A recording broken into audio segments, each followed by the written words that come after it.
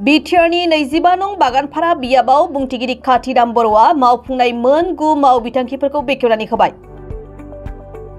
BTR सरकारनिफ्राय 25 नं बियाबाव बुंथिगिरि काथिराम बर'आ लुफुंनानै होनाय माखासे माव बिथांखिफोरखौ बेखेवनानै होबाय। उत्तर बरसिराल बालासुपायाव थानसालि, गरामापारा, पपनयपारा गुदि फरायसालियाव गोदान थाखो खथा, थालकुसिनि थारेराम बर' गुदि फरायसालिनि थाखो खथा, बागानपारा दैमालु गेजेर फरायसालियाव थाखो खथा, ब्रह्म जयन्ती आश्रम बागानपारा ब्रह्म मन्दिर, नबस्ति बाथौ आश्रम,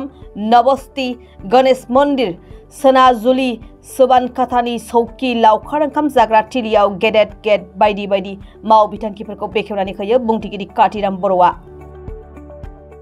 25 नं बागानपारा समस्ति बे 25 नं बागानपारा बियाबनियाव जोङो फुंनि 8 रिंगानिफ्राय बेलासिनि 2 रिंगा 30 बेसिम जोंहा माखासे मानि गोदानै खुन्थिया गायसननाय आरो माखासे जोंहा कमप्लिट जानाय जाफुंनाय बेबायदि माखासे माव बिथांखि जोङो दिनै बेखेवदों। दिनै जोङो नैबे समाव आङो बागानपारा ब्रह्म मन्दिर ज्योति आश्रम बेवहाय दं। बेवहाय 5 लाख रांनि मोनसे अनसुंथाइ दङ आरो बे अनसुंथाइजों बिथांमोना नैबे ब्रह्म मन्दिरनि जि गेट बे गेटखौ बिथांमोना बानायनायनि अन्थाइ खुन्थियाखौ गायदों आरो 2023 आरो 2024 मायथाइनि जि रां बावजा बे रां बावजायाव नैबे एखे मन्दिरावनो 25 लाख रांनि ब्रह्म मन्दिर बानायबाय थादों आरो बेनि आगोलाव जोंहा आं सफैयै समाव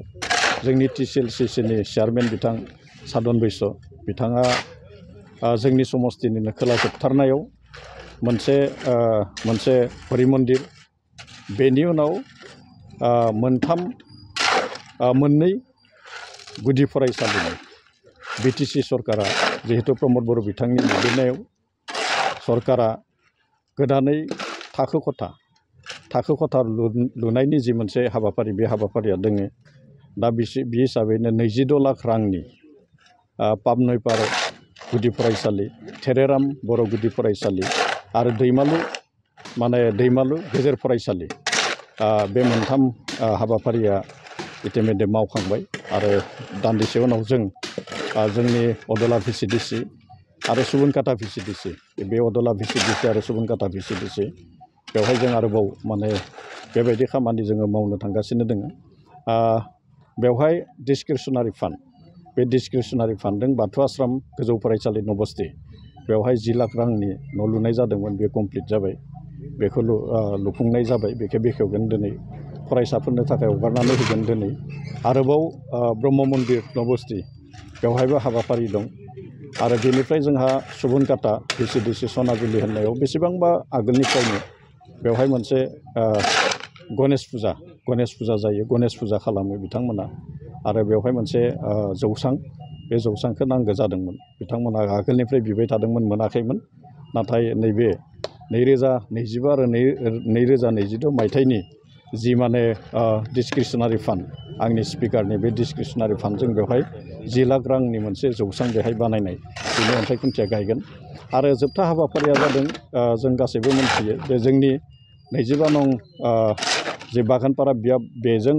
भुटान आरो सुबनकाटाजों नांजाबना थानाय मोनसे सौकी जोंहा इक' टुरिजिम मोनसे ओनसोल दोङो, टुरिस्ट स्पट मोनसे दं। दा बेवहाय टुरिस्ट स्पटआव जों बेवहाय जि गेट बे गेटखौ जोङो मोजाङै बेवहाय बानायनो नागिरदों आरो बे हिसाबैनो नैबे 2025 आरो 2026 मायथाइनि जि रां बावजा बे रां बावजानि गेजेरजों बेवहाय 10 लाख रांनि मोनसे गेट बानायगोन। दिनैनि जिखिनि हाबाफारि बे हाबाफारिया बेखिनि आरो जों नुनो मोन्दों बिथां प्रमद बर'नि जि सरकार सामलायनाय, सरकार सालायनाय दिनैनि समाव बेनि जि मोनसे जाफुंसारनाय, बे जाफुंसारनाया जोंनि 25 नं बागानपारा बियाब बेवहाय जि थांनाय 4 बोसोर 7 मास, बे 4 बोसोर 7 मासाव गोबांथार जौगालु हाबाफारिया जोंनि बे 25 नं बागानपारा बियाबाव जादों। आं बिनिखायनो जोंनि BTCनि चिफ प्रमद बर' बिथांखौ नोंथांमोननि जि खौरां बिजों बे खौरां बिजोंनि गेजेरजों हामबाय होनदों साबायखर बावदों आरो फैबाय थानाय जिखिनि सम बेवहायबो जों बिदिनो खामानिखौ मावलांनो हायो आं बेखौ बिथां बिटिआरनि चिफ प्रमद बर' बिथांनिसिम आरोबाव माने आर'ज थाबाय आरो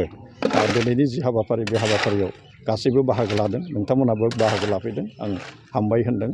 साबायखर बावदों बेयो जाहैबाय मा नंगौबाबो नङाबाबो बेयो माने बेरेखा हान्जानि बुंनाय दा जोङो नाय दे जोंनि 22 नं बागानपारा बियाबनि जौगालु हाबाफारिनिखौल' नायालासिनो जोंनि जि बागानपारा 22 नं बागानपारा बियाबनि जौगालु हाबाफारिखौ माने बुङोब्लाथ' जोङो बुंनानै फोजोबनो हाया जौगालु हाबाफारिखौ बुङोब्ला बुंनानै फोजोबनो हाया दा जोङो नायदि बिटिसि लेभेलाव माने बिटिआरनि जि बिटिसि सरकार बे लेभेलाव थांनाय समाव हाग्रामा महिलारि दैदेननाय जि सरकार बे सरकारनि समाव माने स्टेट गभर्नमेन्ट आरो सेन्ट्रेल गभर्नमेन्ट बे स्टेट गभर्नमेन्ट आरो सेन्ट्रेल गभर्नमेन्टनि जिखिनि माने जिखिनि फान्डिं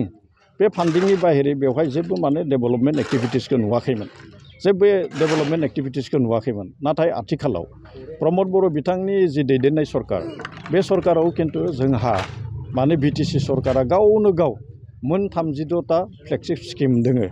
जों जि जायगायाव गसंनानै दोंबाय थायो दा बेवहाय 25 लाख रांनि मन्दिर ब्रह्म मन्दिर गंसे लुदों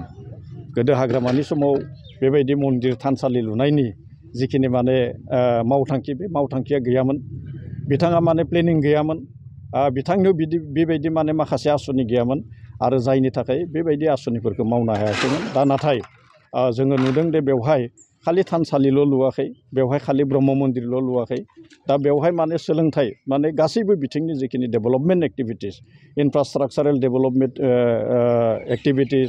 माने बेवहाय मा होननानै बुंदों लामा बानायनाय जाम्फै बानायनाय दालां बानायनाय बेवहाय माने स्कुल न' बानायनाय कलेज न' बानायनाय ना बेवहाय माने मा होननानै बुंदों सेल्फ हेल्प ग्रुपफोरनो रां अनसुंथाइ होनाय आबादारिफोरनो माने रां अनसुंथाइ होनाय फालांगियारिफोरनो माने रां अनसुंथाइ होनाय माने गासैबो बिथिङाव फरायसाफोरनो माने स्कलारशिप होनाय माने बड'फा सुपार 50 आथिखालाव सुपार 100 बेनि गेजेरजों बिटिआर ओनसोलनि माने गोरिब आरो दुखिया आरो जिखिनि माने ब्रिलियेन्ट जिखिनि स्टुडेन्ट बे स्टुडेन्टखौ माने जेरैबायदिहाय माने UPSCनि थाखाय APSCनि थाखाय JEEनि थाखाय आरो मा होननानै बुंदों नीटनि थाखाय जेरैबायदि कचिं होनांगौ बे कचिं होनाय हाबाफारिया जाबाय थादों आरो जोंनि नैबे 22 नं बागानपारा बियाबावबो नीट कचिंनि गेजेरजों माने मेडिकेल कलेजाव सिलेक्सन जानानै एडमिसन लानानै 1 बोसोर माने बियो दा क्लास लागासिनो दङ डक्टर फरायगासिनो दङ आरो बे UPSCनि जि कचिं बे कचिंखौ दिल्लीयाव कमप्लिट खालामनानै फैबाय दा गुबुन गुबुन जिखिनि माने बादायारि जिखिनि माने आनजादफोर बे आनजादफोरखौ होगासिनो दङ